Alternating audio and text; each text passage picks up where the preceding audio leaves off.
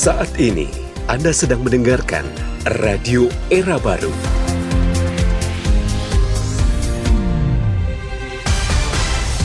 More green, more sustainable.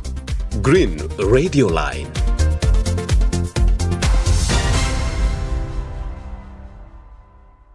Bismillahirrahmanirrahim. Assalamualaikum warahmatullahi wabarakatuh. Selamat sore dan salam sejahtera bagi kita semuanya. Pertama dan yang paling utama tentu kita harus ucapkan syukur. Alhamdulillah kehadirat Tuhan Yang Maha Kuasa Allah Subhanahu wa Ta'ala.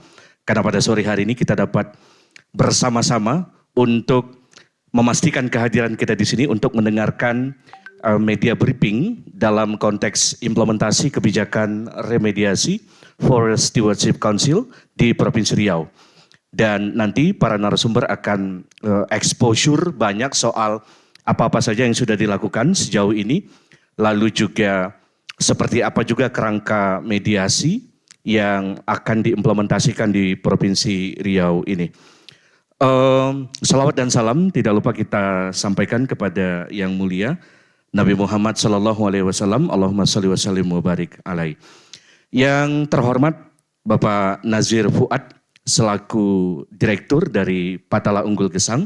Terima kasih Bang Nazir untuk kesekian kalinya hadir membersamai kita. Nanti akan banyak juga menyampaikan hal-hal penting terkait dengan implementasi kebijakan remediasi di Provinsi Riau. Dan juga yang sama-sama kita hormati para narasumber yang juga membersamai kita, Bapak Dr. Suryo Adi Wibowo. Beliau ini adalah akademisi dari Institut Pertanian Bogor, IPB. Sudah banyak sekali rekam jejak perjalanannya dalam dunia tata kelola lingkungan hidup dan sumber daya alam. Dan juga nanti membersamai kita Bang Mahir Takaka. Nah, beliau ini dari AMAN ya, Aliansi Masyarakat Adat Nusantara periode 2017 sampai dengan periode 2022. Dan juga yang tidak lupa kami banggakan dan kami hormati juga teman-teman jurnalis insan pers yang hadir di kesempatan sore hari ini. Baik rekan-rekan semuanya, pada hari ini sebagaimana yang diketahui bersama akan ada nantinya pemaparan dari dua narasumber kita terkait dengan inisiasi atau agenda implementasi kebijakan remediasi. Nah, nanti narasumber pertama akan bicara terkait dengan pengelolaan kolaboratif sumber daya alam dan kebijakan lingkungan terkait upaya remediasi FSI. Dan yang kedua nanti akan bicara terkait dengan tahapan proses dialog moderasi dalam tataran tapak gitu ya, pemahaman masyarakat adat dalam perspektif Aliansi Masyarakat Adat Nusantara.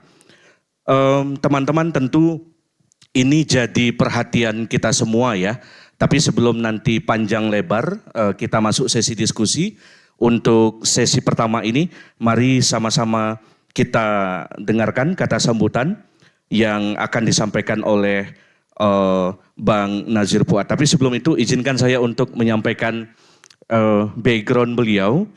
Bang Nazir Fuad, beliau ini adalah mungkin sebagian kita udah kenal ya, tapi untuk reminding ingatan kita bahwa beliau ini adalah lulusan dari Fakultas Kehutanan UGM dan menempuh studi di luar negeri, di Jerman dan di Inggris. Dan tentu kita sama-sama tahu bahwa beliau menghabiskan kurang lebih 20 tahun atau 2 dekade berkarir di WWF ya, memimpin berbagai macam inisiatif konservasi, program spesies, kebijakan publik, hingga pemberdayaan masyarakat.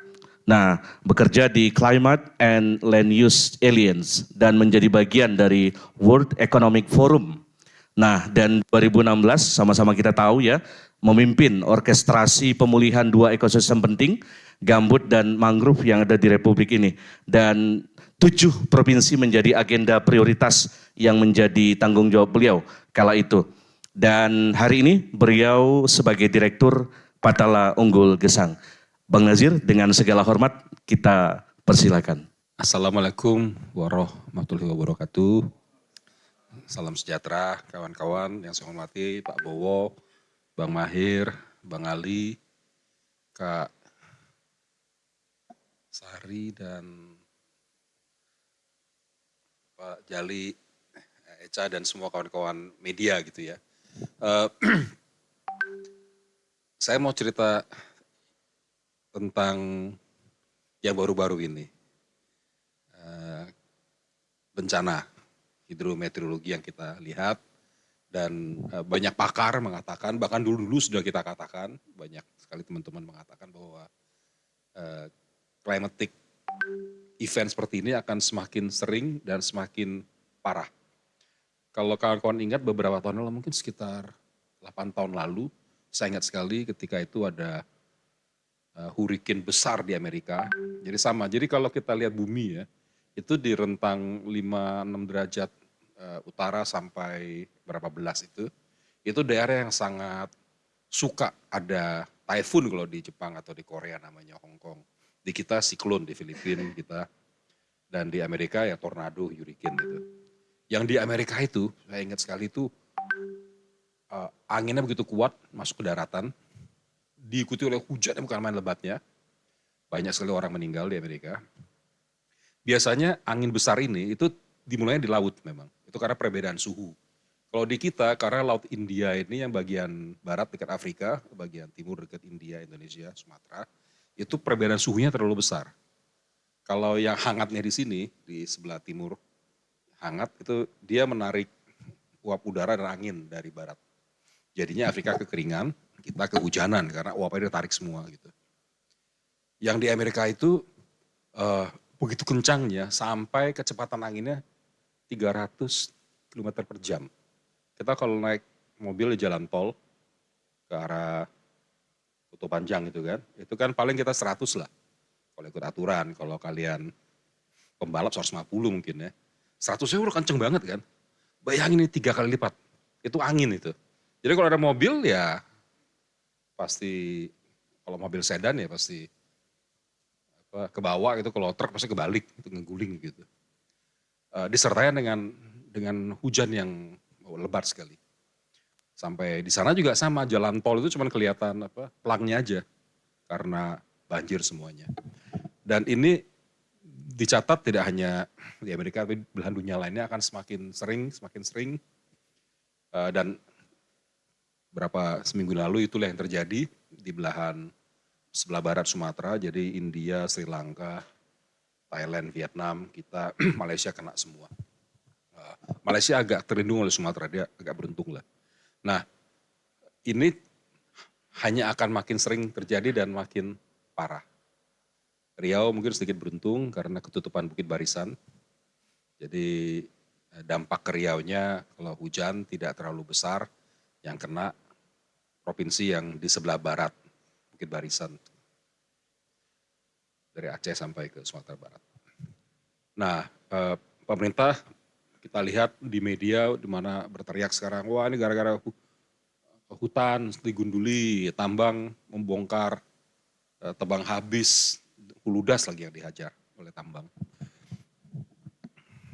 Kesadaran ini penting sekali untuk kita galakan, kita kapitalisasi, agar hutan yang ada harus kita lindungi, yang rusak harus segera dikembalikan direstorasi. Nah, si FSC dengan program remediasinya itu akan sangat ke sana membantunya. Karena perusahaan-perusahaan yang pernah dalam operasinya itu mengakibatkan kerugian ekologis, lingkungan, dan sosial budaya, ekonomi sekitar, untuk menjadi bagian FSC mereka harus nebus dosanya, nebus kesalahannya.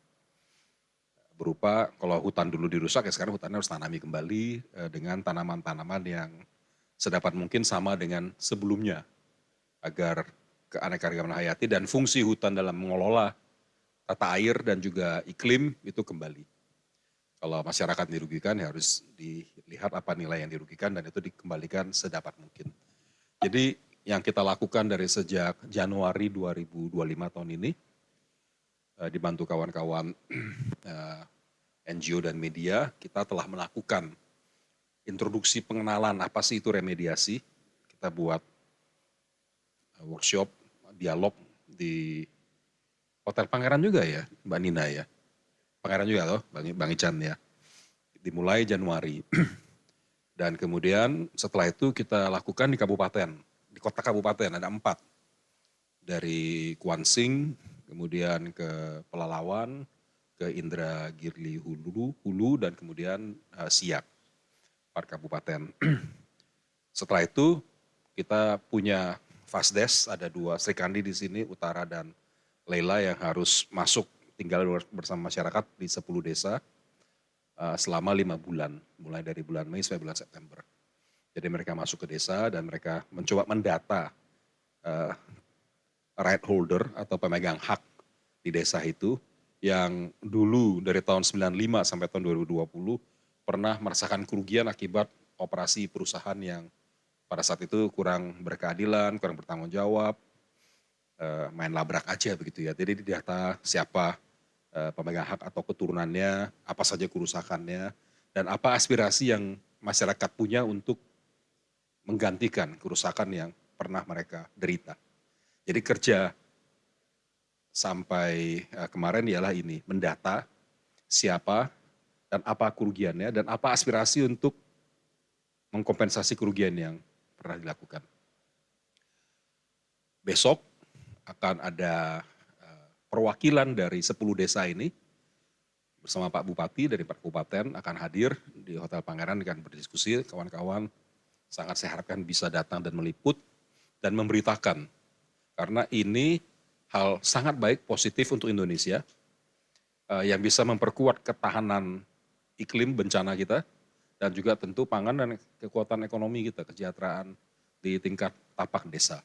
Pemerintah, kami bersyukur mulai dari Pak Menteri Kehutanan memberikan sambutan baik terhadap inisiatif ini ketika dilakukan rapat di Jakarta bulan Juni kemarin membicarakan remediasi ini di tingkat nasional dan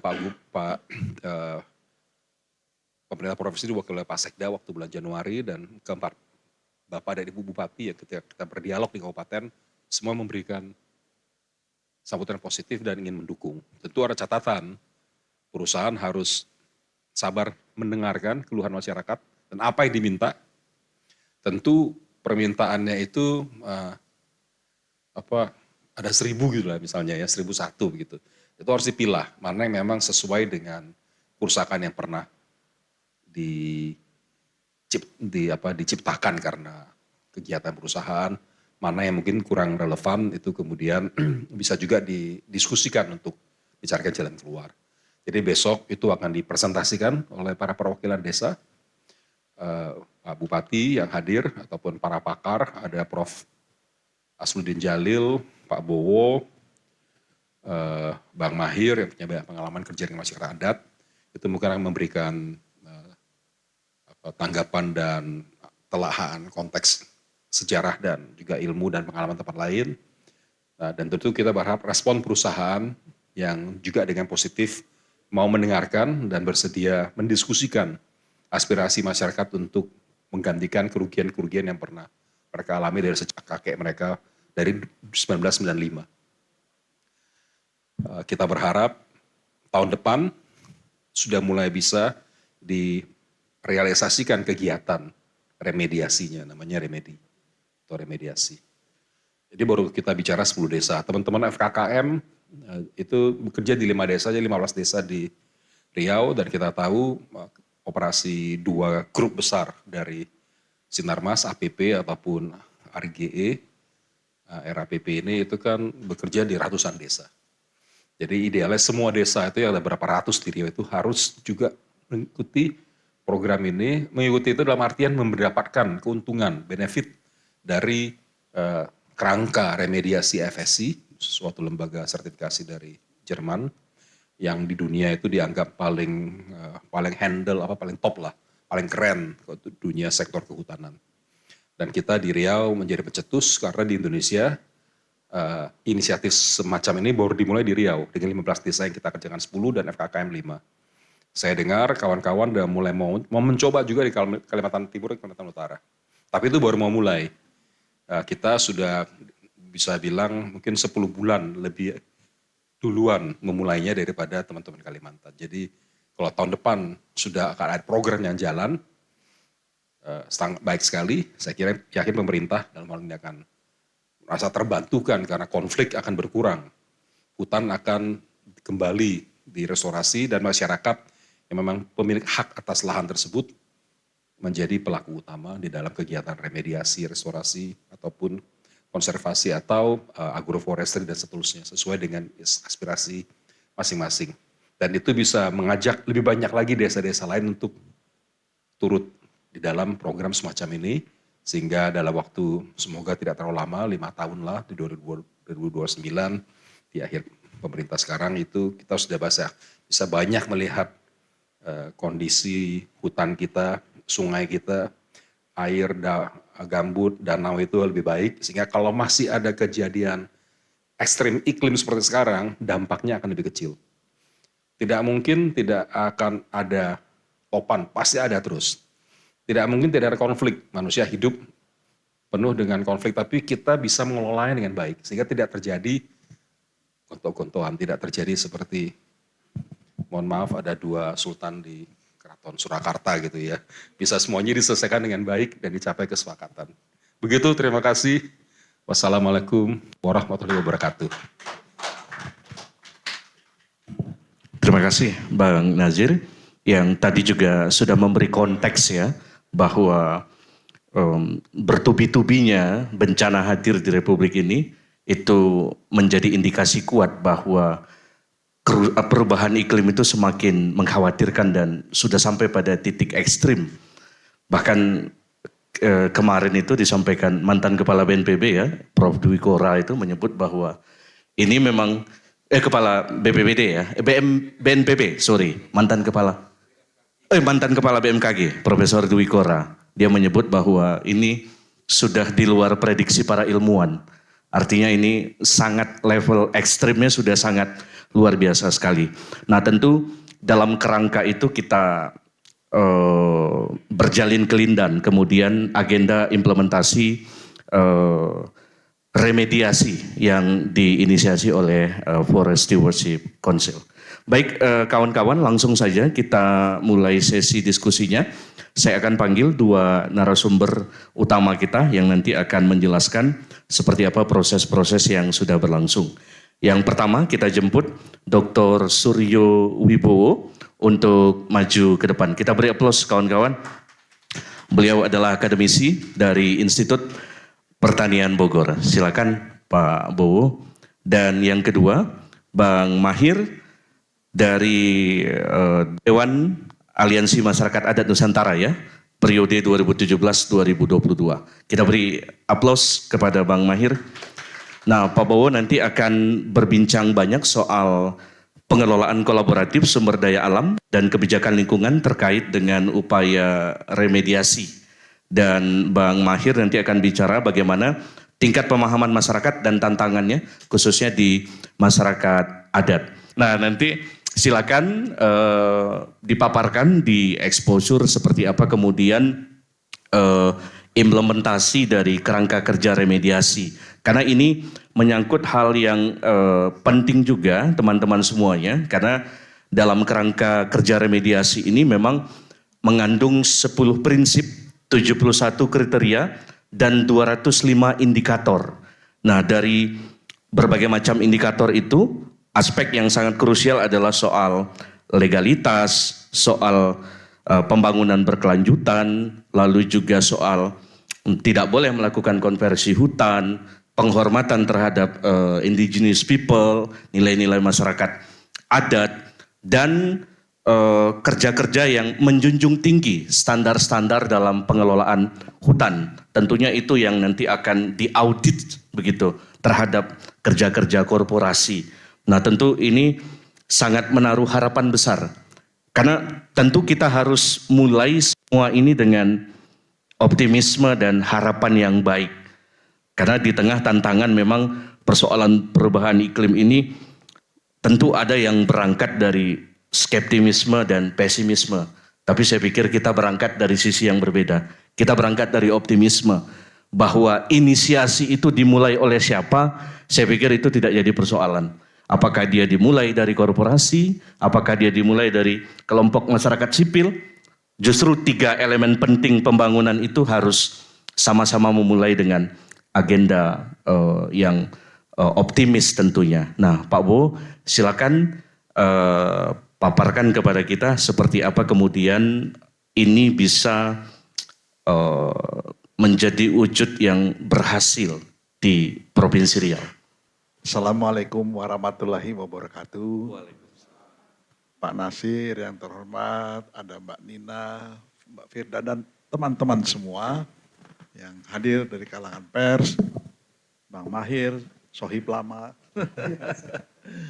Terima kasih saya sudah ikut diundang untuk berbicara dalam forum yang menarik ini. Satu hal sebagai awal saya ingin kemukakan bahwa sumber daya alam dan lingkungan hidup itu punya dua mata pisau. Satu, dia alat untuk pemersatu. Yang kedua, dia juga bisa membelah. Jadi,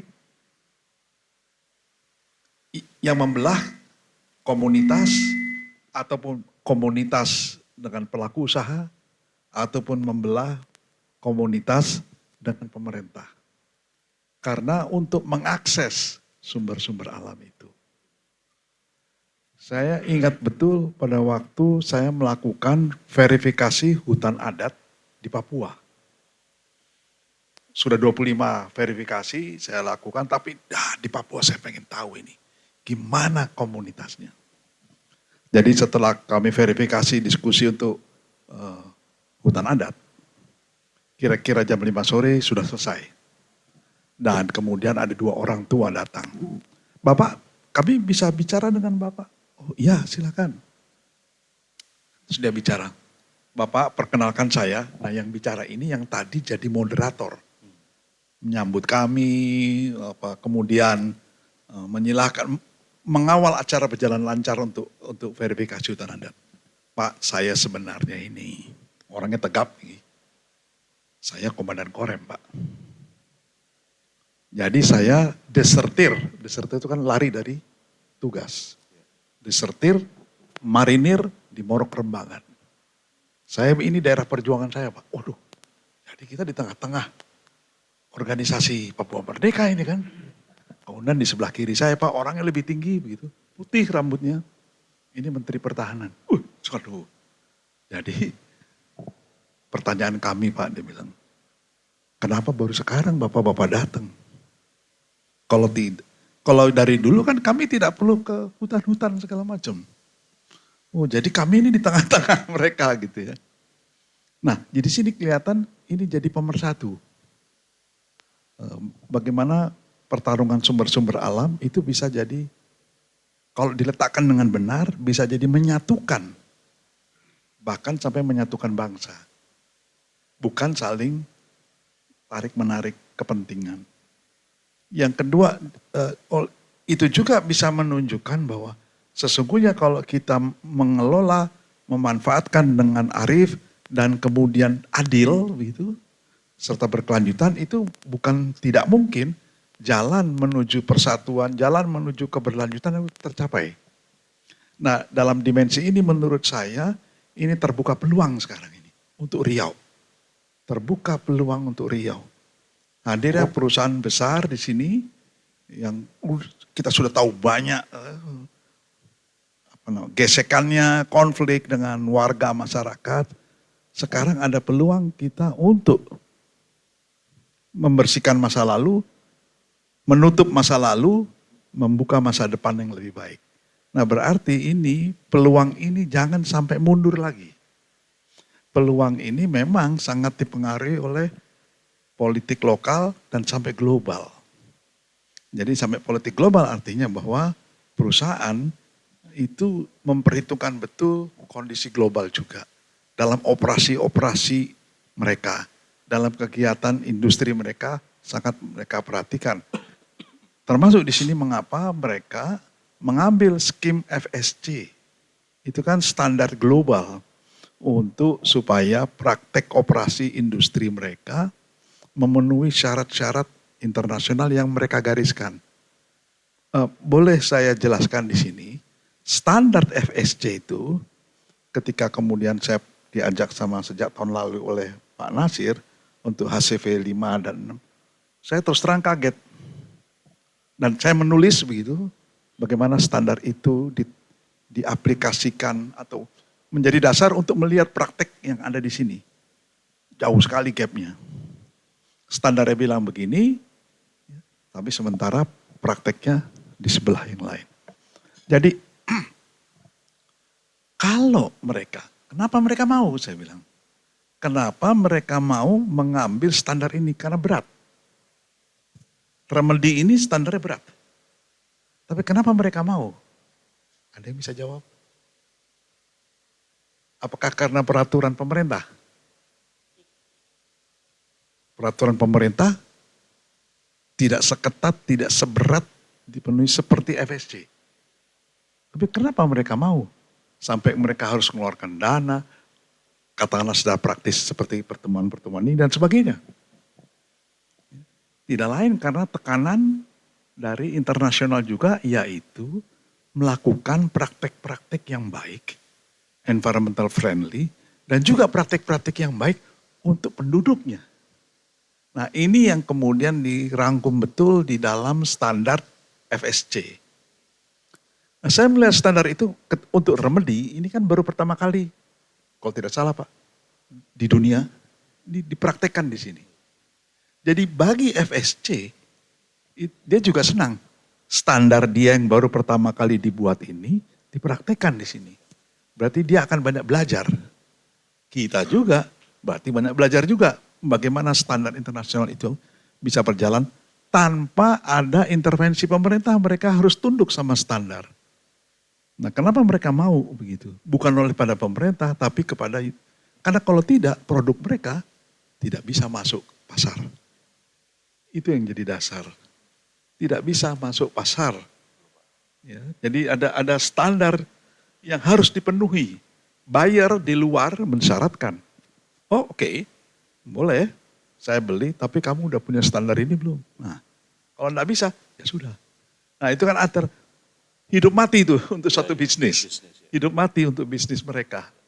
Nah, terlebih banyak sekali spektrum persoalan yang harus mereka bereskan.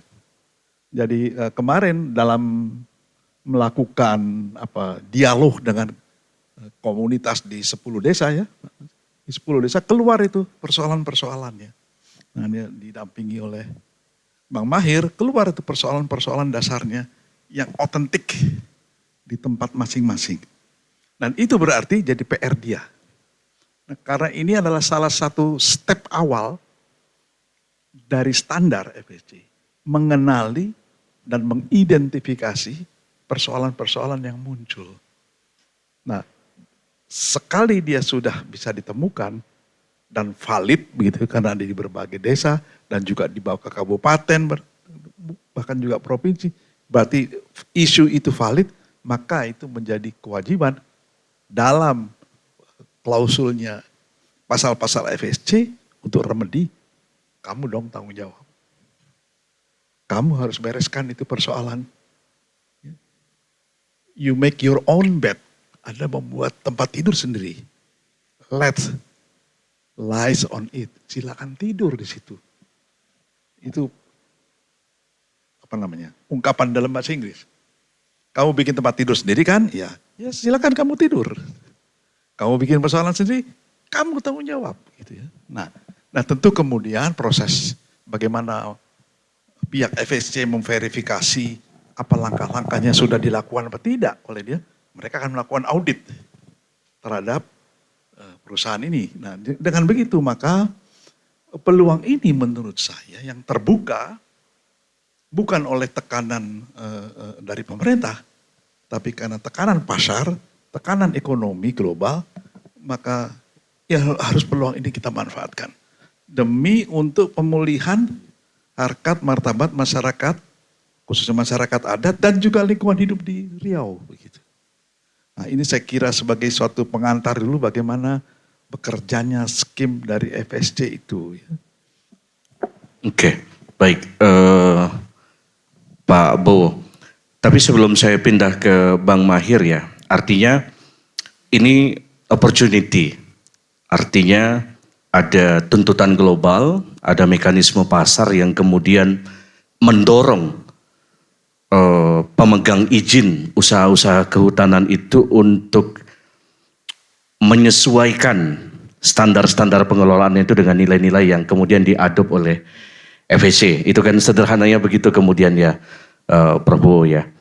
Nah, kita ingin tahu juga, ini kan proses kurang lebih setahun ini kan sudah bertemu 4 kepala daerah, lalu juga sudah pendekatan di 10 desa dan lain sebagainya. Nah, seperti apa kemudian respon dari stakeholder itu terhadap peluang ini, Pak Bowo? Karena tadi kalau kita baca terkait dengan konsep pengelolaan sumber daya alam secara bersama tadi yang Pak Bowo maksudkan itu, dan kemudian ini dianggap relevan dengan nilai yang ada di kerangka kerja remediasi itu, tentu ini bukan sesuatu yang sulit dipahami oleh stakeholder karena sama-sama sudah merasakan bahwa FEC ini hadir untuk menyelesaikan problem kita soal konflik teritorial, soal bencana dan lain sebagainya. Apakah respon itu inline dengan dual stakeholder itu kepala daerah dan masyarakat? Betul, sangat inline karena kita karena teman-teman selama 10 bulan Iya. living Oke. di desa, living in the village di 10 desa Oke. dengan ragam yang berbeda-beda bisa mendapatkan isu-isu penting Oke. yang muncul akibat operasi dari perusahaan. Iya. Nah, itulah yang kemudian tidak berhenti di situ. Iya. So what? Berarti yuk bereskan dong, ikut bereskan persoalan ini. Itu yang dimaksud dengan remedi. Remedi adalah memulihkan. Jadi ini kan persoalan-persoalan Anda loh. Anda harus tanggung jawab. Andai kata operasi Anda dulu, puluhan tahun yang lalu dijalankan dengan lebih baik, tentu tidak perlu remedi seperti ini. Nah, sekarang remedinya sudah ada kerangka kerjanya, yaitu standar FSC. Dan itu mereka harus gunakan itu sebagai standar. Nggak boleh pakai standar lain. Kalau enggak ya tidak dapat sertifikat itu. Ya. Nah, jadi boleh saya kasih komentar. Saya pernah mengikuti beberapa standar ya, antara lain ISO 14001, standar sistem manajemen lingkungan dari organisasi standarisasi internasional ISO. Mungkin kita kenal dengan ISO 9000 untuk sistem mutu, tapi untuk lingkungan hidup tuh environmental management system itu ISO 14001. Tetapi ini jauh lebih ketat. Jauh lebih ketat. Ngeri gitu. Aku melihat, serius ini. Benar nggak nih ya? Saya tanya Pak Nasir. Pak Nasir, benar nih dia mau pakai ini? Ya. Benar Pak. Gitu. Oh oke. Kalau gitu saya mau tahu juga kenapa dia mau cari ini. Gitu kan. Selalu kan ada motif ya. Nah tapi saya saya ingin mengajak teman-teman pers ngawal ini. Supaya tidak ada turning back. Tidak ada titik balik lagi, mundur. Ini harus dikawal terus, didorong, maju begitu ya. Sehingga kemanfaatan itu dari hadir perusahaan yang besar ini tidak hanya dinikmati oleh shareholder, oleh pemegang saham, tapi juga oleh semua aktor yang terlibat di Provinsi Riau karena areal yang begitu luas ya, dan juga membawa manfaat bagi ekosistem setempat untuk pemulihannya. Nah di sini yang menurut saya titik masuk penting. Jadi FSC ini menjadi titik masuk untuk kita memperbaiki lagi mutu lingkungannya, dan kalau dalam industri itu istilahnya di Amerika bukan payment for environmental services itu bagi yang mencemari kamu harus tanggung jawab. Apa istilah di Amerika itu Pak? Polluters pay principle. Prinsip yang mencemari harus bayar. Okay. Itu prinsip pencemaran pertama tahun 70-an. Itu isu lingkungan jadi naik. Polluters pay principle. Prinsip yang membuat persoalan lingkungan, yang mencemari lingkungan harus bayar. Okay. Atas dasar itu sederhana tagline-nya, tapi kalau diterjemahkan puluhan tahun kemudian antara lain dalam bentuk standar FSC. Nah, sehingga kritik terhadap praktek-praktek yang belum memenuhi ini itu jadi penting. disalurkan oleh teman-teman dari pers. Sehingga terutama saudara-saudara kita dari masyarakat adat. Ya. Saya sedikit ingin tambahkan, kemarin saya ikut Conference of the Parties yang ke-30 di Belém, di mana? Brasil. Nah, yang menjadi penting pada saat itu, mencuri momen, itu kan sebenarnya konferensi perubahan iklim. Jadi yang sering dahulu-dahulu menjadi perhatian adalah bagaimana negara-negara bersepakat mengurangi emisi gas rumah kaca. Karena menurut persetujuan Paris, menurunkan emisi rumah kaca sedemikian rupa sehingga suhu global turun menuju 1,5 derajat. Itu agenda besar. Tapi kemudian yang kemarin ini sudah mulai masuk, siapa aktor penting yang bisa ikut serta menurunkan emisi gas rumah kaca? Nah, ternyata masyarakat adat, salah satu aktor. Nah, di sanalah pertemuan itu kemudian yang tadinya Indigenous People and Local Community IPLC itu tidak begitu banyak peserta. Wah, kemarin banyak diskusi rame hangat gitu. Menteri Lingkungan Hidup Inggris datang segala macam. Masyarakat adat dari berbagai tempat datang, termasuk tentunya dari Indonesia. Dan Indonesia kemudian lama-lama orang mengenali, oh progresif nih yang di Indonesia. Karena kita sudah sampai kepada mengakui kedaulatan hutan adat di tangan masyarakat adat. Jadi hutan adat menurut MK 35, hutan adat itu bukan lagi hutan negara gitu ya. Nah, sehingga itu milik betul-betul masyarakat adat. Nah, itu bagi negara-negara lain itu progresif. Brasil aja nggak pernah berani sampai ke situ. Walaupun tiap hari di demo sama masyarakat adat itu dengan pakai pakaian tradisional, wah demo besar-besaran. Ya, tapi tetap nggak bisa seperti di kita. Nah, sehingga kita bersyukur ada momen penting untuk masyarakat adat, ada solusi untuk ke situ. Nah, sekarang sedang berbondong-bondong, Menteri Kehutanan bilang, Raja Juli, tolong bikin itu, roadmap. Sampai tahun 2030 penyelesaian hutan adat. Roadmap untuk penyelesaian atau penanganan dan penetapan hutan adat. Kebetulan saya memimpin untuk bikin roadmapnya itu ya. Jadi bisa mengetahui juga dinamika yang terjadi. Nah, di situ jangankan bikin roadmap. Sampai mengakui ini hutan adatmu saya kasih kepada kamu. Yang istilahnya devolusi, bukan desentralisasi lagi. Tapi devolusi. Jadi hutan itu dikelola bukan oleh dinas kehutanan lagi, tapi oleh masyarakat adat. Itu satu-satunya model di dunia sekarang ini. Nah, artinya komunitas lain bisa begitu, termasuk di Riau. Nah, di Riau punya banyak sekali masyarakat adat, nah, harus perlu dikawal sehingga mereka bisa kembali lagi, mengenali lagi hutan mereka yang hilang dan sebagainya macam ya, sungai yang rusak segala macam. Nah, itu kesempatan penting sekarang. Jadi ada dua momen penting ini. Momen ketika gerakan masyarakat adat mendapat panggung di dunia internasional, yang di lokal ada momen di sini FSC. Nah, sehingga ini kesempatan yang tidak akan muncul lagi dengan mudah di kesempatan yang lain. Saya kira begitu. Oke. Kita beri aplaus teman-teman. Langsung mungkin ke Bang Mahir, karena tadi udah banyak dibicarakan soal masyarakat adat ya. WRI menyebut bahwa potensially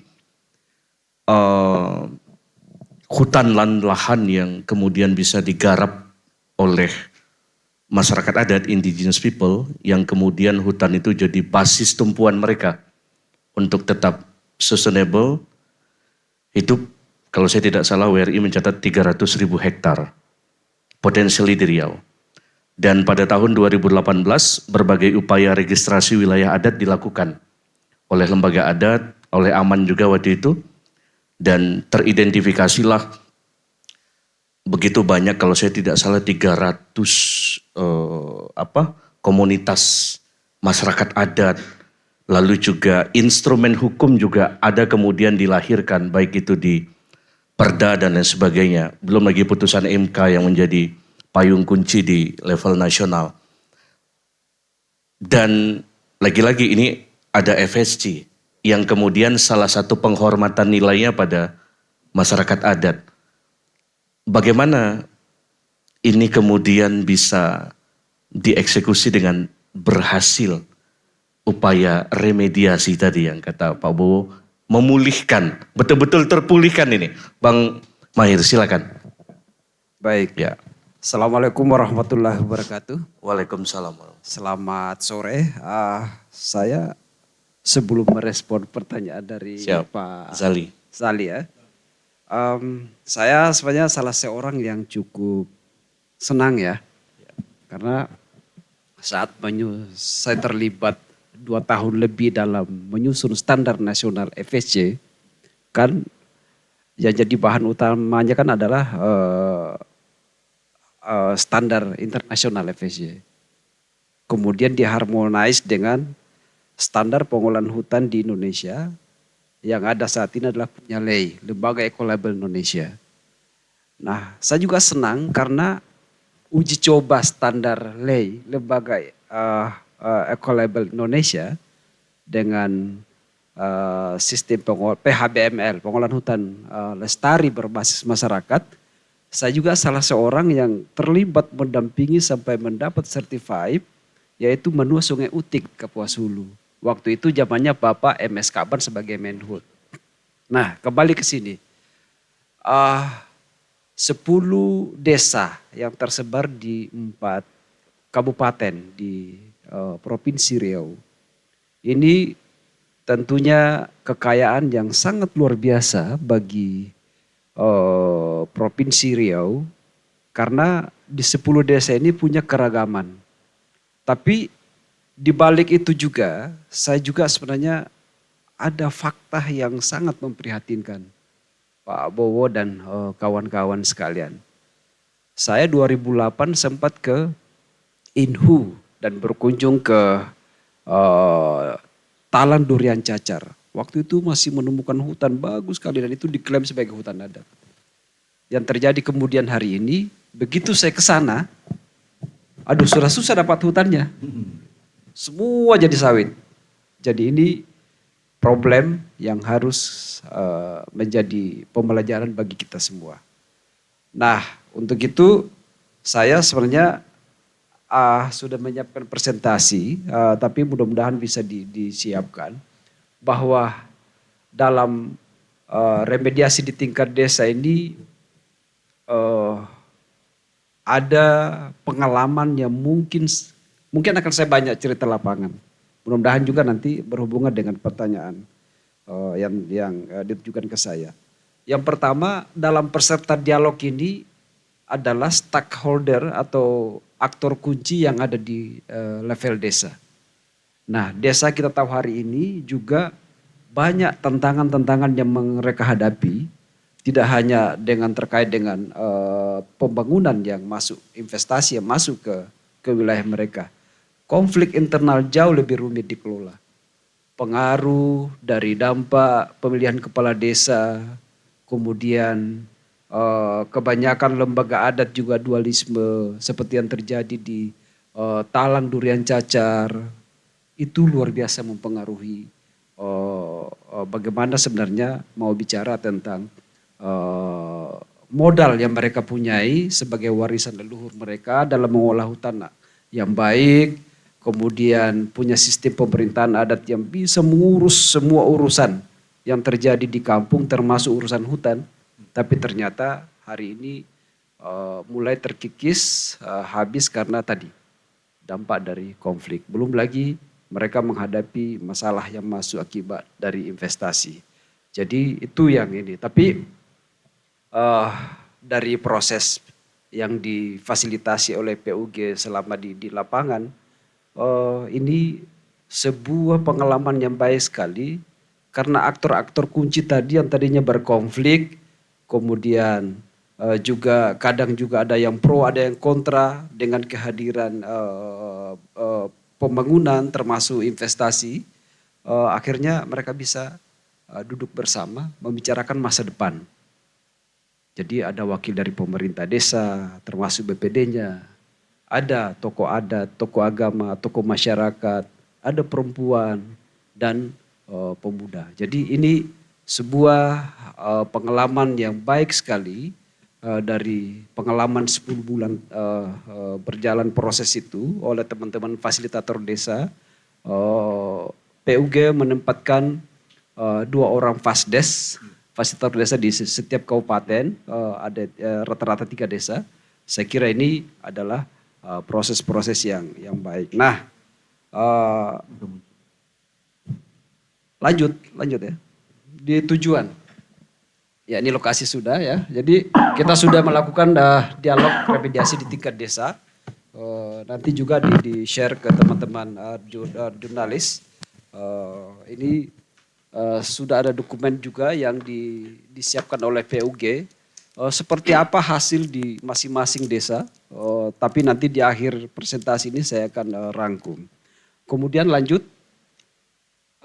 Ini peserta yang di dialog desa. Jadi PUG memastikan lewat Fasdes semua stakeholder kunci di level desa itu harus ada. Tidak ada dialog yang dilakukan yang tidak ada wakilnya. Jadi itu sebuah proses yang sangat positif sekali dalam membicarakan persoalan-persoalan yang ada di desa. Apa tujuan dari dialog moderasi di tingkat desa? Secara umum ini memperkuat proses penyelesaian masalah sosial lingkungan di tingkat desa melalui dialog yang terbuka dan inklusif. Nah, ini adalah tujuan-tujuan yang secara umum dilakukan. Nah, secara khusus yang pertama adalah ini membangun pemahaman bersama tentang pentingnya remedi FSC di tingkat masyarakat di desa. Ini pekerjaan yang tidak gampang karena seperti dokumen dan saya terlibat seperti ini ya. Ada yang pakai bahasa Inggris, pakai bahasa planet. Sementara bahasa-bahasa di kampung itu sebenarnya mereka berharap bahasa yang sederhana dan sangat dinantikan adalah penjelasan-penjelasan yang mudah dicerna. Paling tidak menggunakan bahasa-bahasa lokal.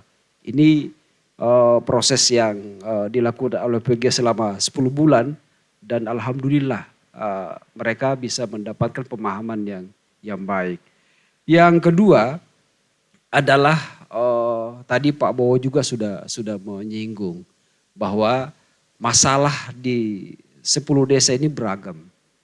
Nah untuk itu pengalaman selama 10 bulan ini sudah melakukan identifikasi masalah-masalah apa saja yang mereka hadapi selama ini.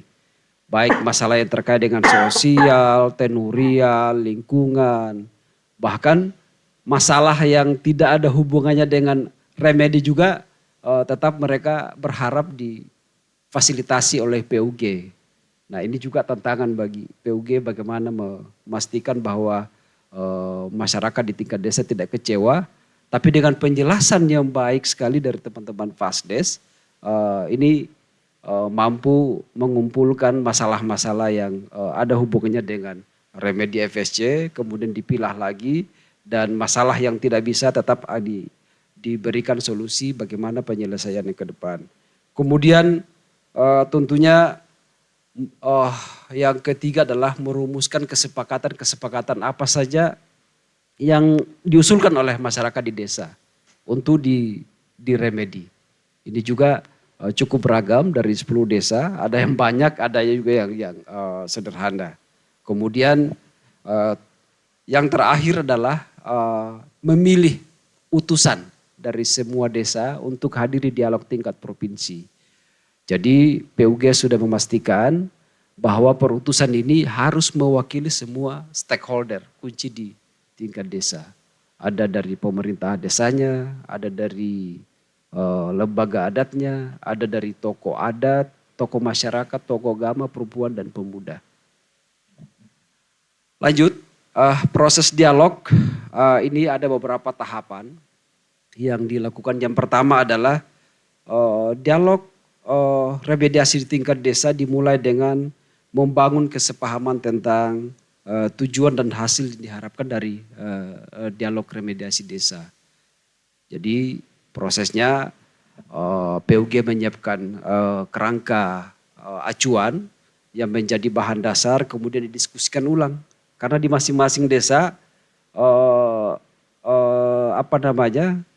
dengan masalah yang beragam yang mereka harapkan dari proses dialog di tingkat desa, tujuan ini kemudian didiskusikan ulang. Yang kedua adalah menyepakati tahapan dan proses serta waktu di dialog. Jadi seharian full, kemudian ini didiskusikan lagi. Maklum di desa ini ternyata rumit juga mengolah waktu mereka. Pada waktu yang sudah disepakati jam sekian ternyata ada yang minta izin, ada keluarga meninggal. Itu dan harus, tidak bisa. Oh ada ritual adat sehingga beberapa kali jadwal-jadwal juga tertunda karena ada acara di kampung.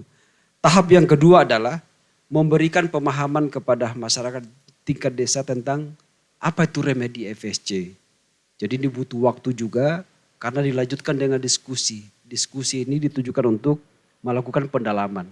Jadi dipastikan dari dialog desa ini semua peserta diharapkan juga mampu memahami dengan baik, lalu dia kembali ke rumahnya, ketemu warga yang tidak hadir di dialog desa, apakah di sawah, di kebun, mereka juga bisa cerita. Yang ketiga adalah identifikasi masalah, seperti yang sudah sampaikan tadi. Identifikasi masalah ini banyak sekali, kemudian dari proses ini fasilitator kemudian memfasilitasi bagaimana membuat skala prioritas terhadap masalah yang mereka hadapi. Yang mana yang paling dampaknya paling besar dan mendesak untuk penyelesaian. Kemudian mana yang sesuai dengan konteks remedi. Jangan sampai mereka masukkan tapi juga nanti tidak sesuai dengan konsep remedi. Kemudian merumuskan usulan. Jadi setelah masalah teridentifikasi kemudian difasilitasi lagi menyusun usulannya seperti apa supaya masalah ini tidak terulang dan bisa direspon oleh perusahaan untuk penyelesaiannya. Yang terakhir proses keempat adalah ini merumuskan, jadi setelah selesai menyusun usulan kemudian dibuatkan berita acara. Dan berita acara ini ditandatangani oleh pemerintah desa, kemudian fasilitator desa. Ini untuk menjadi alat verifikasi bahwa proses ini memang dimulai dari bawah dan sangat partisipatif. Kemudian memilih, menetapkan perutusan dari desa yang akan mengikuti di dialog provinsi. Jadi peserta yang akan datang besok ini adalah memang sudah dipilih dalam pertemuan di dialog tingkat desa. Jadi baik dari pemerintah, perempuan, tokoh adat, tokoh agama, pemuda, semua ini adalah mereka delegasi resmi dari tingkat desa. Kemudian tantangan lapangan. Kita melihat bahwa memberikan pemahaman tentang remedi FSC ini bukan pekerjaan yang gampang kalau di kampung. Kalau kita di sini mungkin teman-teman media wah enak nih. Ya pakai bahasa Inggris juga bisa mungkin bisa enggak tahu tanya di Google. Kalau di kampung susah tuh. Jadi ini tantangannya luar biasa. Nah, teman-teman di media, jurnalis mungkin ke depan ya saya kira ini pengalaman dari proses remediasi di tingkat desa adalah sebuah pengalaman yang menarik. Terutama nanti ketika ada tulisan-tulisan yang perlu disebarkan ke level desa, itu luar biasa. Yang kedua adalah mengelola aspirasi. Jadi peserta yang hadir ini bukan satu kelompok. Mereka adalah rombongan-rombongan yang ada yang pro, ada yang kontra. Merumuskan usulan saja itu bisa berdebatnya memakan waktu lama.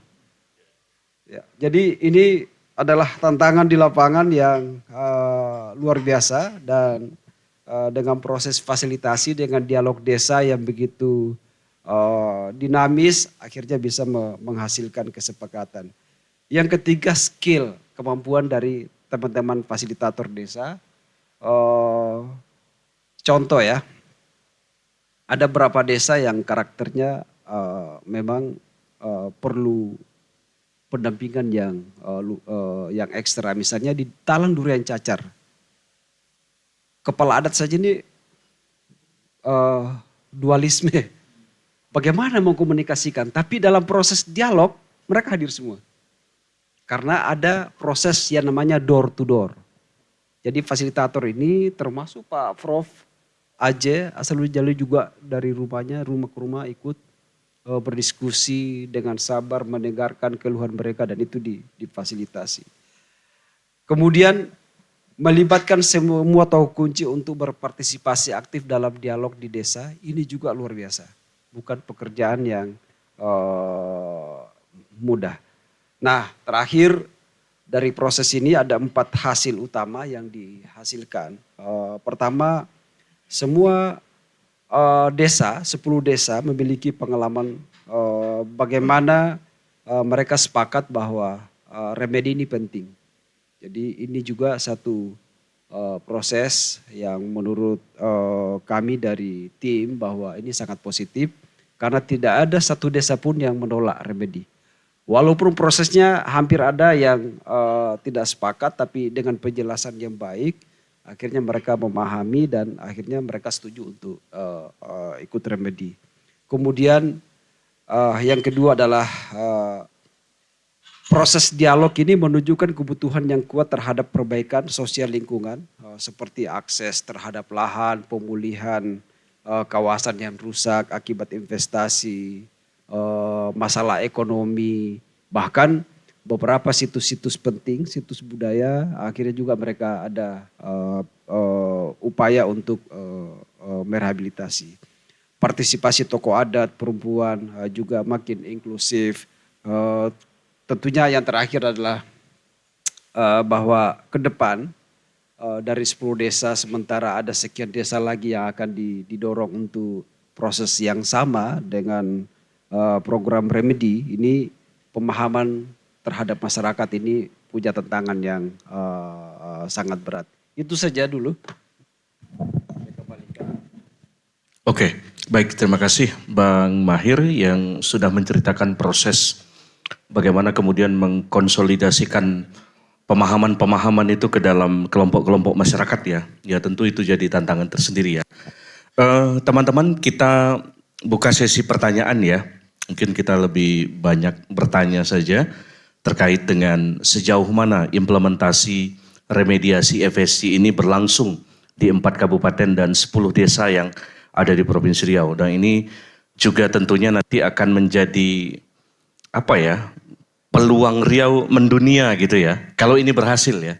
Artinya ini satu capaian yang luar biasa dalam upaya untuk memulihkan hutan dari degradasi dan deforestasi. Silakan kawan-kawan dari media mana, sebutkan nama dan pertanyaannya apa. Bebas, kita enggak tampung-tampung, kita tampung sebanyak-banyaknya. Bang Mahir ya. Oke, ya Bang. Assalamualaikum warahmatullahi wabarakatuh. Saya Suswandi dari Riau. Sebetulnya tadi saya agak tergerak hati ketika MC bilang kita memulai dari hal yang positif gitu Pak. Karena pengalaman di lapangan selama ini nggak ada yang positif, sakit hati semua yang didapat. Itu makanya tadi kan keterangan dari Bang Mahir tadi kan memperjelas kondisi yang terjadi sekarang gitu. Jadi FSC ini bisa jadi saya menganggapnya itu bisa jadi ini memang harus dilakukan Pak ya, terpaksa dilakukan atau gimana gitu kan. Jadi cara kita melihatnya bisa beragam gitu.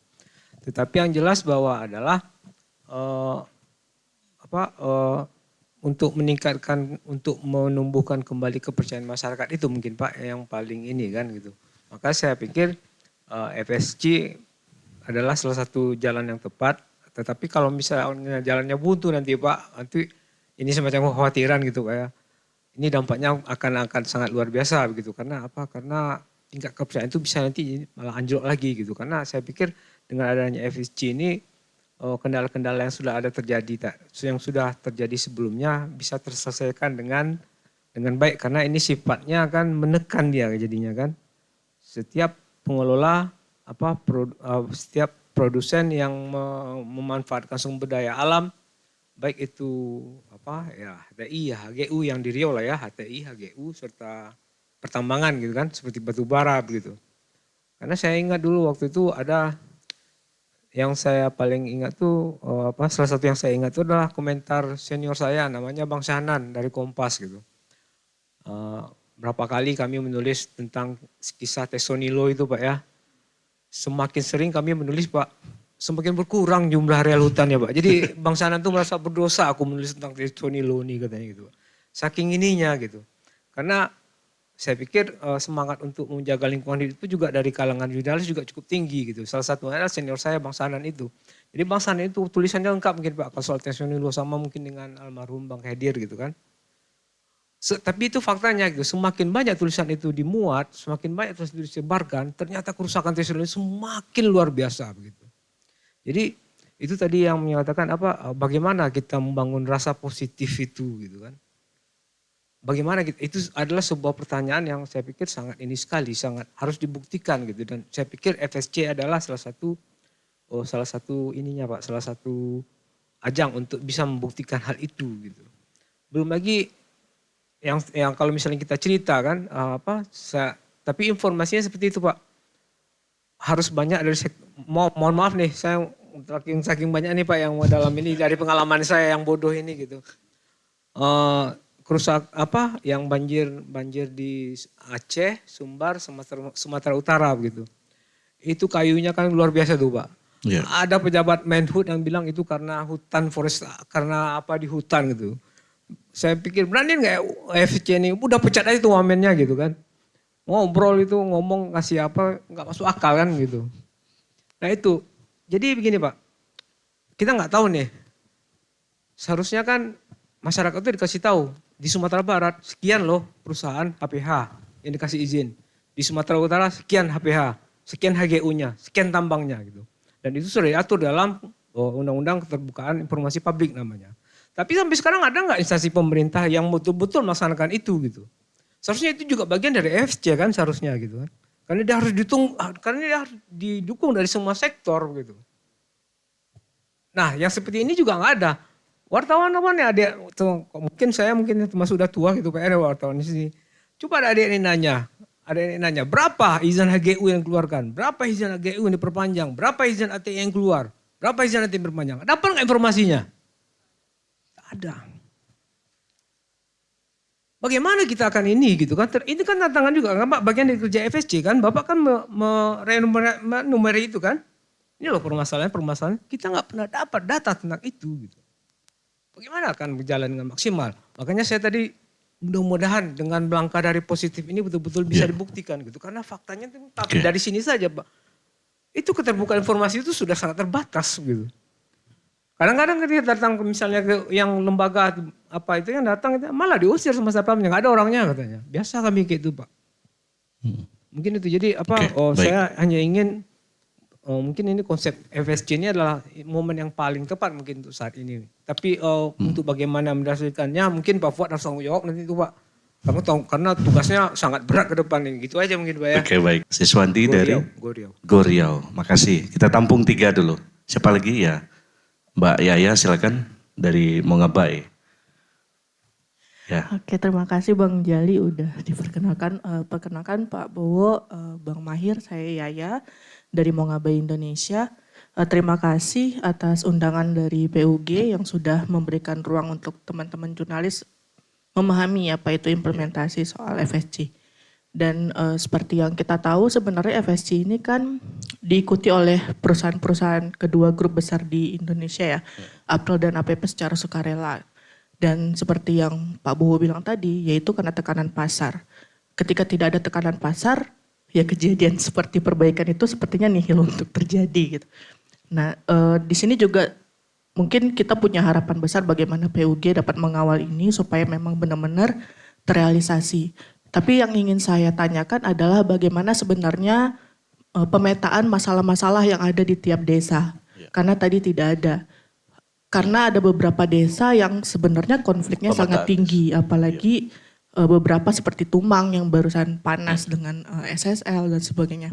Bagaimana PUG bisa meyakinkan sehingga mereka sepakat dengan remediasi ini. Lalu yang kedua, bagaimana kita seperti yang dibilang Bang Siswandi, ya, Abang tadi dapat memantau implementasinya itu emang benar-benar sesuai dengan seperti yang Pak Bowo bilang tadi, ada 10 indikator, 71 prinsip, dan ada lebih banyak dari indikatornya, ada sampai 200-an gitu. Nah, bagaimana Bang Mahir juga dapat menjelaskan itu kepada masyarakat dengan bahasa yang dapat dipahami. Karena saya sendiri membaca dokumen FSC itu sampai sekarang juga masih agak beribad. Terus juga mendengarkan penjelasan-penjelasan bahwa ketika terjadi periode dari 95 sampai 2020, dan terjadi lagi ke depannya, itu nanti juga akan jadi bahan pertimbangan penilaian. Lalu ketika misalnya ada satu masyarakat saja yang menolak untuk penyelesaian konflik sosial, maka FSC tidak akan dapat dilaksanakan. Nah, apakah itu sampai ke level masyarakat? Karena seperti yang tadi dijelaskan, bahasanya terlalu tinggi, masyarakat susah memahami, sedangkan kami juga untuk berusaha memahami juga sangat sulit gitu. Kecuali dengan ada diskusi-diskusi konstruktif untuk dapat memahami. Makanya saya sangat menantikan penjelasan dari Pak Hab besok untuk memahami soal FSC ini. Lalu yang ketiga, saya coba mengaitkan dengan penjelasan Pak Bowo tadi bahwa ada inisiasi-inisiasi dari Kementerian Kehutanan untuk memetakan hutan adat. Sebenarnya kan itu sudah ada dari zaman dulu ya, seperti Bang Jali bilang. Di Riau itu sudah berapa banyak kegiatan pemetaan hutan adat, tapi sampai dengan sekarang itu tidak ada realisasinya. Permasalahannya adalah hutan adat itu ada di dalam areal konsesi. Ketika itu mau direalisasikan, apakah perusahaan akan dengan rela mengeluarkan areal itu? Sebenarnya kan permasalahan konflik-konflik di Riau itu adalah itu intinya. Areal-areal adat itu ada di dalam areal konsesi. Mereka yang sudah lebih dulu ada di sana harus berbagi istilahnya sekarang. Mencari solusi jalan tengahnya. Tapi bagaimana FSC itu dapat memastikan itu dapat realisasi dengan baik. Karena ada beberapa kali diskusi konstruksi soal ada permasalahan keterbukaan. Ketika audit sudah dilaksanakan, bagaimana publik dapat terlibat untuk memantau hasil audit itu benar-benar independen. Nah, itu juga menjadi salah satu persoalan yang harus dibuka ke publik. Supaya publik juga dapat memahami. Seperti yang Bang bilang tadi, emang kita tahu berapa izin yang ada di Riau aja gitu. Nggak tahu gitu. Apakah ada gitu data-data SHP dan segala macam, dulu ada. Sekarang karena udah ada perubahan dari SK 399 itu udah nggak bisa diakses publik lagi. Jadi ada begitu banyak permasalahan Bang di Riau ini. Makanya kalau misalnya dipilih Riau sebagai pilot project memang cocok ya? Karena permasalahannya tuh di sini semua gitu. Kalau selesai di Riau gitu ya bahasa teman-teman NGO, selesai di Riau selesai tuh di tempat lain gitu. Karena emang di sini nih pusatnya gitu. Menyelesaikan Riau, menyelesaikan Indonesia ya. Ya gitu. Ya begitu Bang Mahir, Pak Bowo, Bang Nazir. Sedikit unek-unek dan memang kita mau mempelajari hal ini dengan baik. Terima kasih. Makasih Kak Yaya, komprehensif. Satu lagi, kita tampung dulu. Oke, nggak ada. Kalau nggak ada kita langsung jawab aja ya. Oke, intinya tadi kalau dari Goriau itu soal membangun trust bahwa ini inisiatif yang super hebat gitu loh Pak Bowo dan Bang Mahir. Karena background histori sumber daya alam ini yang begitu kompleks, itu yang menyebabkan ikhtiar baik ini saling bertarung dalam persepsi publik gitu kan. Apakah ini berhasil atau tidak. Nah, diyakinkan soal itu. Dan Mbak Yaya tadi sangat lengkap sekali bagaimana pemetaan persoalan-persoalan di 10 desa itu. Tadi tidak tereksplor dengan secara kuantitatif mungkin barangkali. Dan juga bagaimana kemudian kita juga bisa mengawal ini. Nah, sebetulnya kalau nggak salah juga ada jurisprudensi dari Komisi Informasi ya, terkait dengan keterbukaan informasi di sektor-sektor sumber daya alam.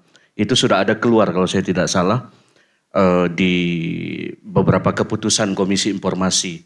Tapi kan itu juga tidak menjadi realitas yang menggembirakan juga, bahwa publik juga terbatas untuk mengawal proses itu. Nah, bagaimana kemudian FSC juga menjadi jembatan supaya upaya kita untuk terus mengawal agenda luar biasa ini juga penting gitu. Nah, mungkin itu silakan Pak Bowo dulu untuk menjawab.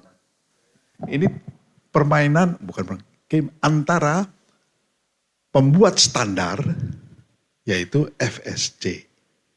Dia yang buat standar. Kaki yang satu adalah yang akan melakukan atau menerapkan standar. Di sini namanya perusahaan itu. Dia menerapkan standar. Nah, tapi yang memeriksa apakah standar itu sesuai ketentuan yang digariskan FSC, bukan FSC-nya, tapi perusahaan sertifikasi. Nah, ini 3 pihak ini.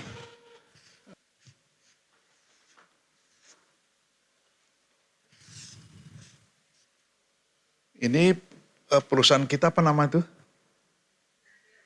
April.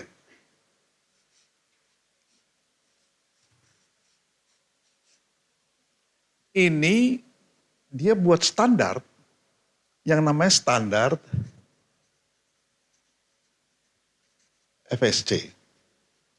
Standar untuk pengelolaan hutan bagi perusahaan-perusahaan yang ingin memanfaatkan hutan dengan baik, dengan bertanggung jawab. Nah, di sini standar itu juga diaplikasikan atau akan diterapkan oleh lembaga sertifikasi.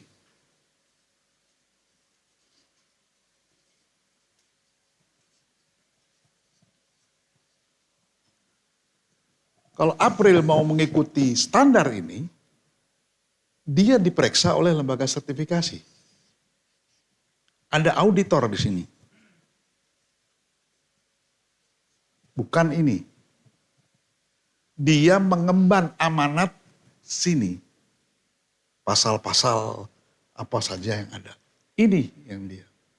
Nanti dia laporkan setahun sekali kepada ini. Jadi ini bukan pemerintah. Ya.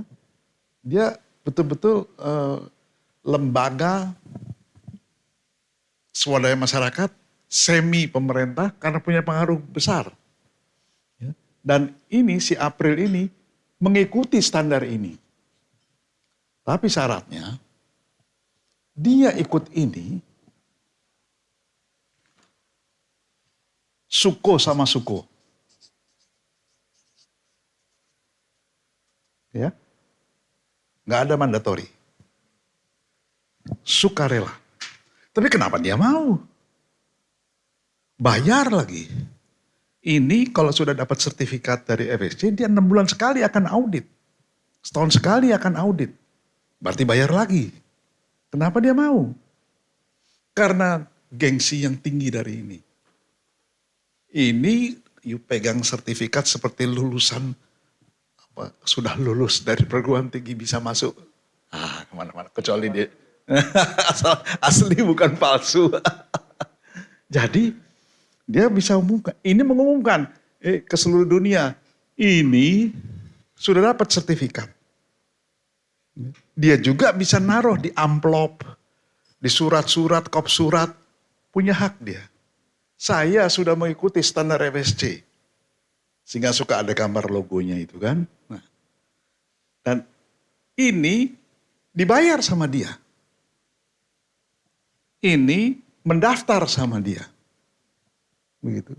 Jadi bukan pemerintah, tapi justru ini yang ketat menurut saya. Nah, sehingga kita tidak tapi ini dalam membuat standar itu selalu memanggil para pihak. Nah, sekarang standar yang biasa ini kan soal apa HCV 1 sampai 6 ya, Pak.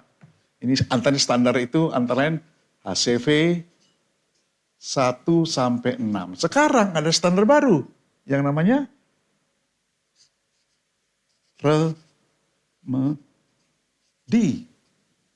Disusun dan diterapkan pertama kali di sini. Nah, standar ini yang harus dipenuhi oleh April. Nah, jadi kebayang nanti betapa beratnya tantangan dia karena dia pertama kali di dunia dipakai. Dan saya melihatnya, aduh gila nih. Hanya yang punya resource besar ya. Itu termasuk sumber daya manusia, termasuk dananya dan segala macam yang bisa melakukan remedi. Berarti dia serius. Ya. Sebab kenapa dia sampai dia akan hilang opportunity, peluang untuk masuk pasar global kalau tidak dapat sertifikat ini. Sertifikat ini tidak diberikan oleh FSC. Oleh ini. Dia yang atas nama ini, kamu saya beri sertifikat. Karena, begitu. Ya, jadi, ada pemerintah di sini? Enggak ada. Jadi, kepercayaan satu, yang kedua pasar. Nah itu yang lebih ditakuti oleh perusahaan ketimbang aturan-aturan pemerintah begitu loh. Itu yang saya ingin kemukakan di sini. Kemudian dari teman-teman dari Monggabay ya. Jadi kalau dia mau berhenti, ya sudah. Tidak berhak dia mencantumkan logo itu. Kan dia setiap 6 bulan harus pelihara itu. Ada audit tengah tahun, ada audit 3 tahun sekali, auditnya semuanya lagi seperti pada waktu awal. 3 tahun sekali. Yang lainnya per 6 bulan, surveillance audit namanya. Surveillance audit. Nah jadi di situ ini. Jadi kalau misalnya, kadang-kadang perusahaan itu kan agak nakal juga ya. Dia sudah cantumkan, dia umumkan di mana-mana, tapi cuma 1 tahun. Berikutnya surat tetap aja jalan. Seolah-olah dia tetap dapat sertifikat itu, padahal hanya untuk 1 tahun gitu. Itu banyak praktek di luar soal FSC ya. Nah ini bagaimana role playing, cara main para pihak di sini. Kemudian apa lagi? Nah, ini memang jadi persoalan penting. Keterbukaan informasi itu sudah ada peraturannya. Tapi tetap saja, termasuk BPN, termasuk Kemenhu, termasuk yang mana-mana, itu tidak terlalu terbuka informasinya. Kecuali ditekan ya, di demo baru keluar. Ini jadi persoalan nih. Dan itu sangat terkait dengan politik demokrasi kita.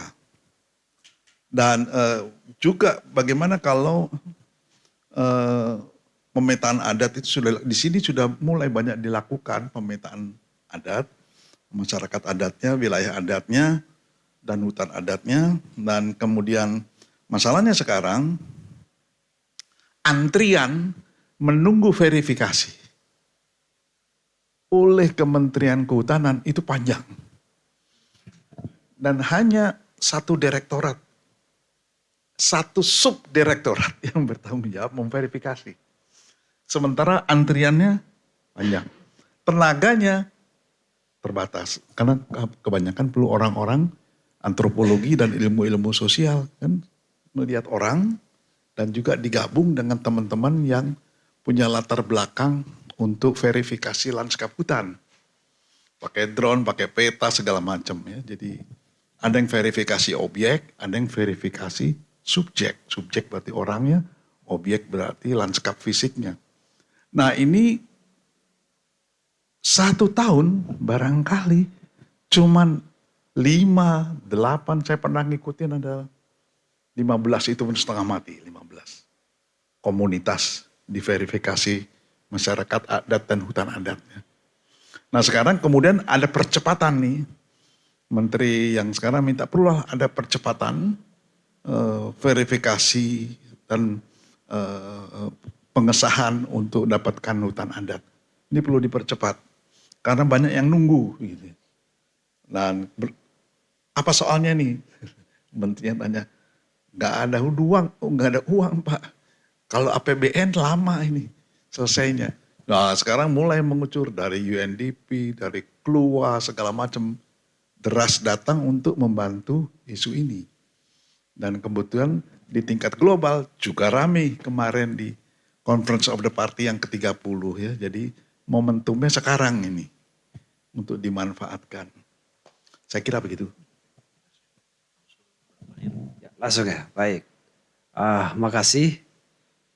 Saya setuju sekali bahwa informasi terkait dengan perizinan dan lain-lain di pemerintah memang susah-susah gampang. Kami dulu saja waktu saya masih aktif di Aman, untung Pak Bowo ada di sebagai staf khusus ya Pak Menteri, ya bukan di agraria. Ya, ya waktu itu. Ya, makanya waktu itu Aman sangat enak sekali mendapatkan informasi dan akhirnya kita buat MOU. Begitu menterinya akhirnya MOU juga tidak jalan. Jadi kami ada pengalaman. Yang agak jalan bagus itu MOU dengan KLHK dulu. Jadi agak bagus. Selama ini ada beberapa tantangan, saya tambahkan sedikit biar nyambung dari penjelasan Pak Bowo. Memang susah sekali masyarakat adat itu mau mendapatkan pengakuan dari negara. Kenapa? Karena ada persyaratan. Persyaratan utama itu misalnya yang mengajukan hutan adat harus sudah ada perda. Mendapatkan perda itu perjuangan politiknya luar biasa. Dan sampai hari ini masih sedikit, lama sekali. Itu tantangan yang terbesar. Yang kedua, untuk mendapatkan hutan adat itu juga memang di samping persiapan sosialnya misalnya konflik antar wilayah adat, tata batasnya harus jelas, harus ada berita acara, kesepakatan antar wilayah tetangga itu juga ternyata susah. Apalagi wilayah adat hari ini banyak sekali masalah akibat dari penyeragaman desa di seluruh Indonesia lewat Undang-Undang Nomor 5 Tahun 79. Jadi ini dampaknya memang berat. Saya kembali ke sini. Satu hasil yang tantangannya boleh dikata agak-agak mencekam ya, seperti di Tumang. Dari proses dialog remediasi di tingkat desa yang dilakukan pada bulan Oktober yang lalu,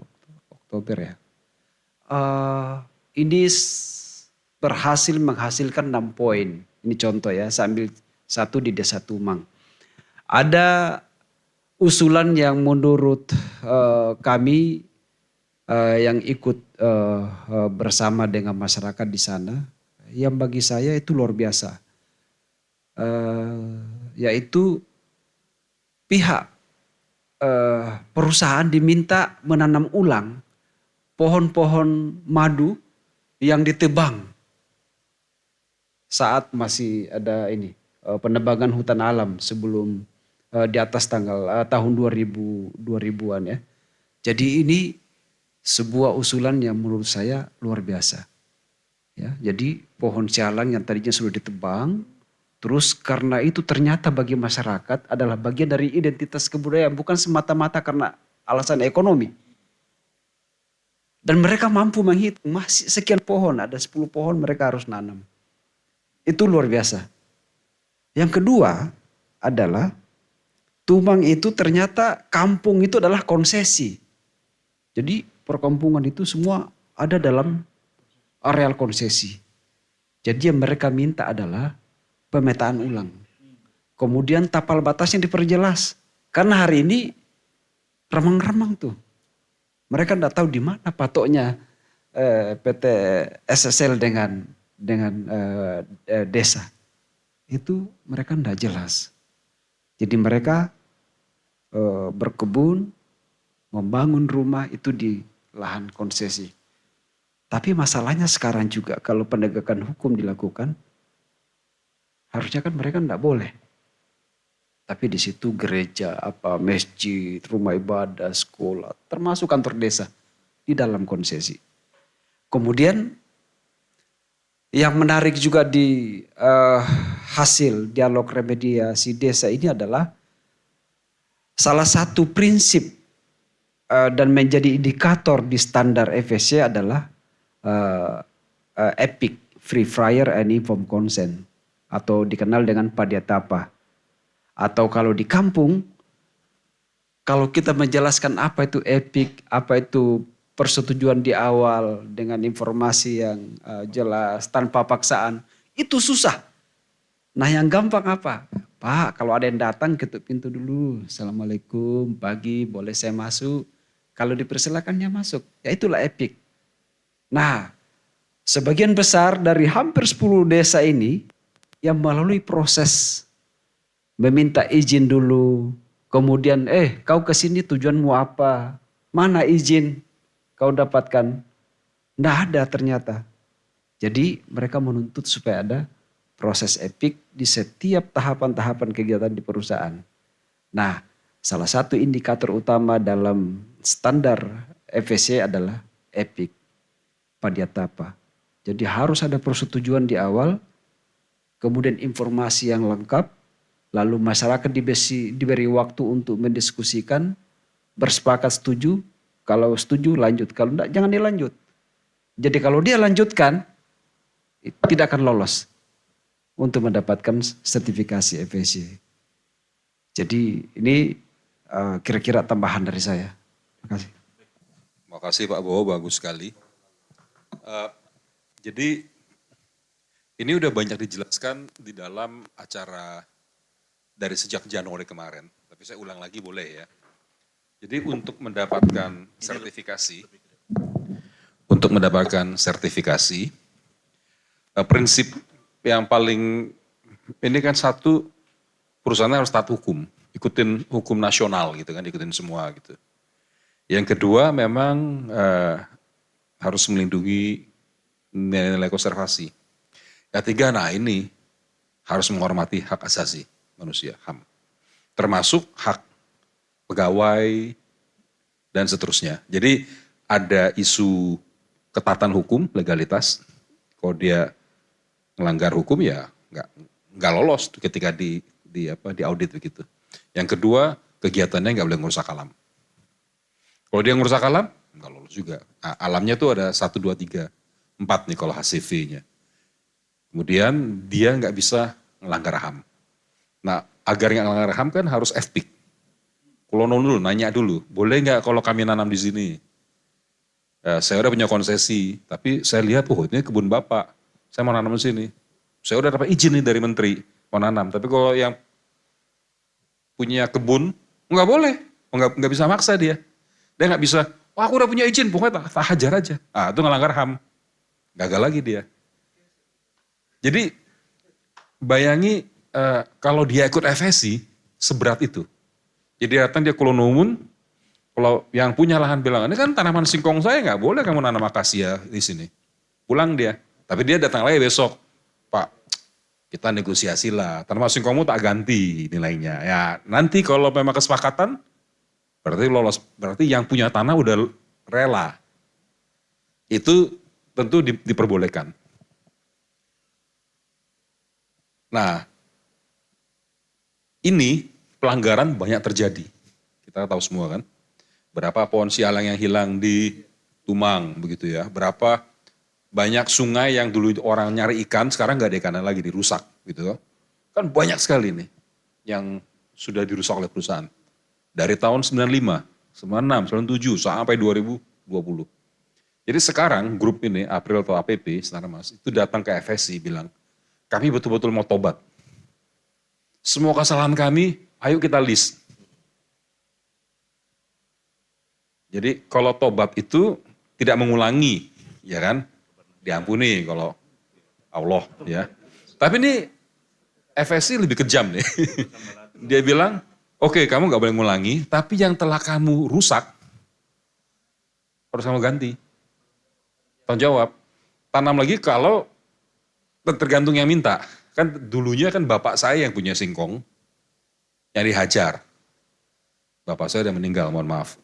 Jadi sekarang ditanya ke anaknya, mohon maaf, memang dulu manajer yang lama itu preman dari Medan kita bawa. Udah kita pecat itu sekarang. Sekarang kami maulah menebus kesalahan kami. Gitu. Saya nggak suka singkong, saya suka emping. Saya bilang saya mau tapi tanamin melinjo. Karena saya suka emping. Kalau sepakat udah ditanam emping. Nanti FSC ngirim auditor, ngecek betul nggak emping yang ditanam sesuai dengan kesepakatan. Sawit nggak boleh, kebetulan karena lahan hutan, harus tanaman hutan. Betul, ditanya lagi ke saya, itu udah betul, udah puas tanaman empingnya. Iya, saya sepakat empingnya sesuai dengan kesepakatan dari tanami.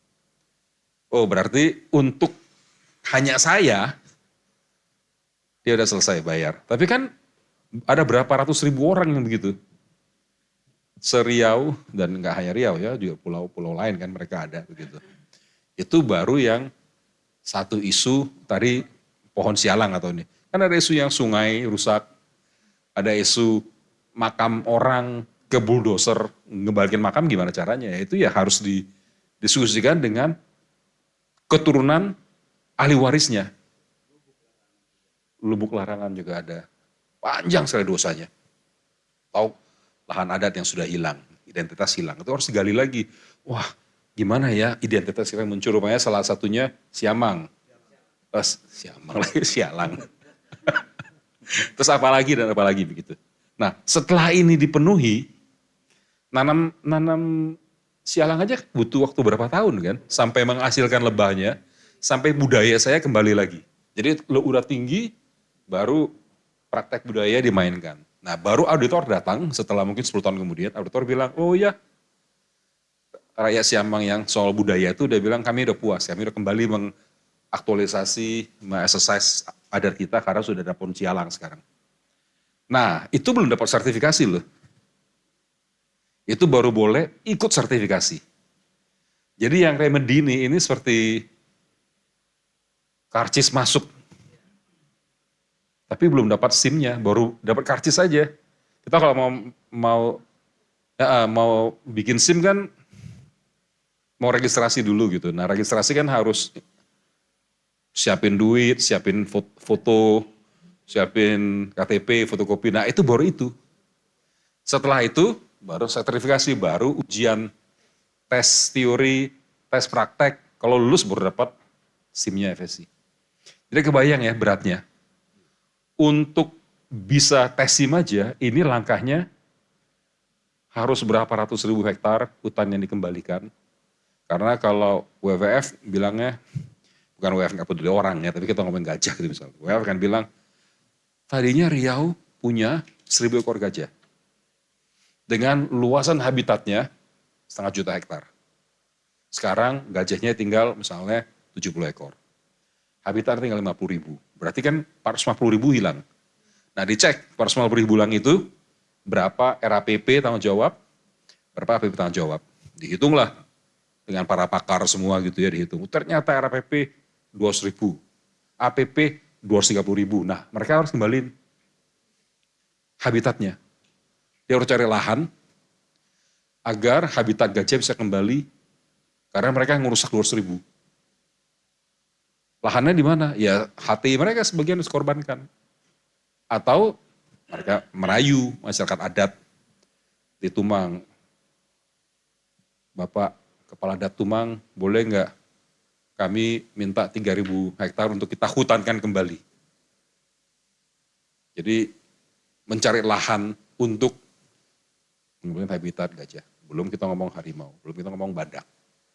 Belum kita ngomong satwa lainnya. Dan Riau itu kan terkenal dengan apa? Tempat burung migrasi. Ya. Itu kan lahan basah. Nah, berapa lahan basah yang rusak? Sehingga burung nggak bisa migrasi. Harus dikembalikan. Jadi kebayang ya beratnya. Nah, kerja kita sekarang ialah melis itu semua. Kemudian kita cek ke masyarakat. Kemudian masyarakat verifikasi, iya betul, ini kehilangan kami ingin gantinya seperti ini. Nah itu yang akan dibahas besok. Tentu nggak akan selesai, tapi paling nggak masyarakat tahu aturan main FSC, jadi betul, saya aja kok baca bingung, ya. Jadi salah tujuan pertama kita ini ialah membuat masyarakat mengerti. Kalau orang mengerti, dia nggak bisa dikadalin, dia punya posisi untuk tawar-menawar yang setara. Kalau dia tidak tahu, dibohongin terus. Jadi tujuan pertama kita membuat masyarakat mengerti haknya apa yang dia boleh minta, walaupun juga ada kewajiban. Setelah itu, masuklah ke forum mediasi, negosiasi untuk mendapatkan hak yang memang mereka minta. Kalau disepakati, dijalankan. Setelah dijalankan nanti dicek oleh auditor, betul nggak dijalankan? Baru lulus. Makasih. Terima kasih. Beri aplaus kawan-kawan buat. Oke. Boleh pertanyaan boleh lagi? Cukup.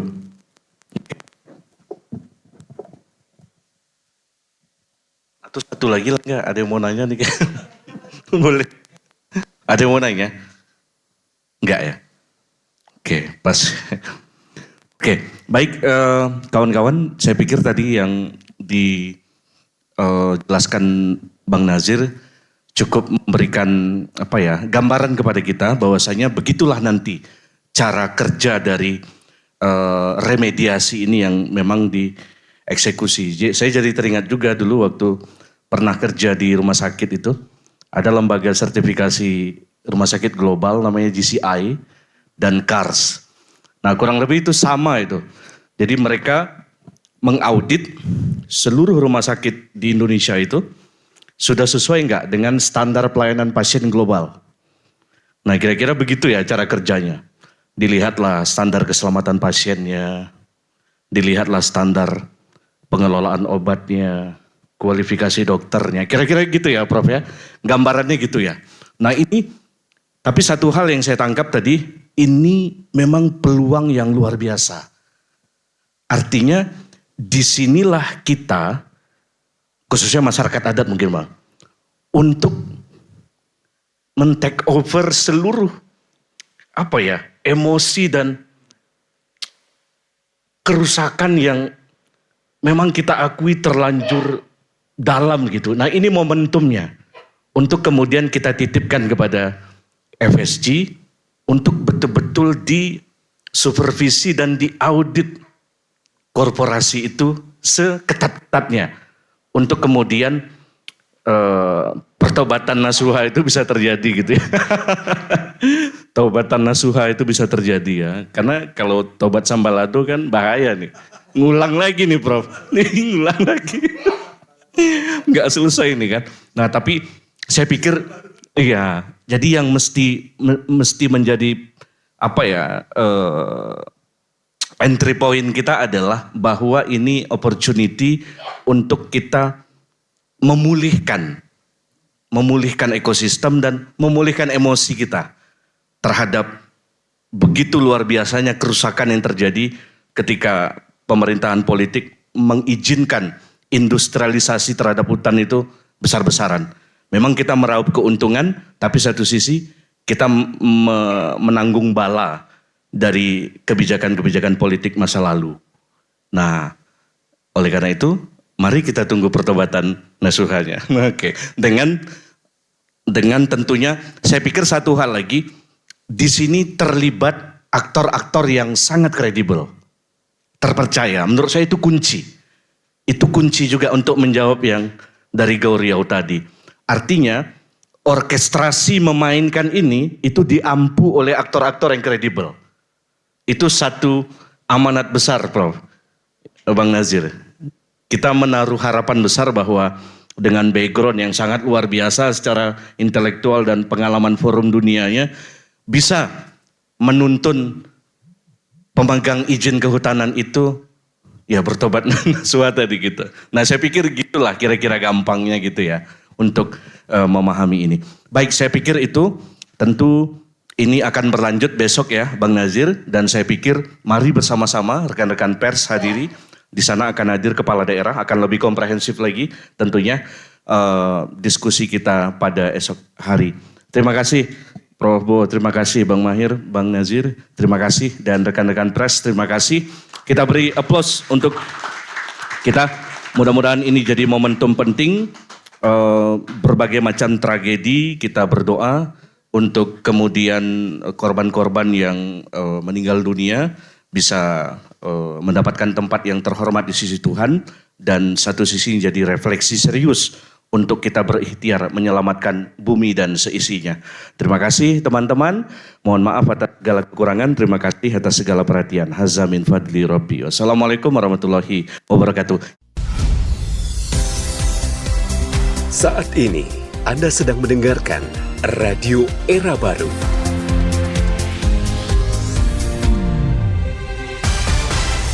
More green, more sustainable. Green Radio Line.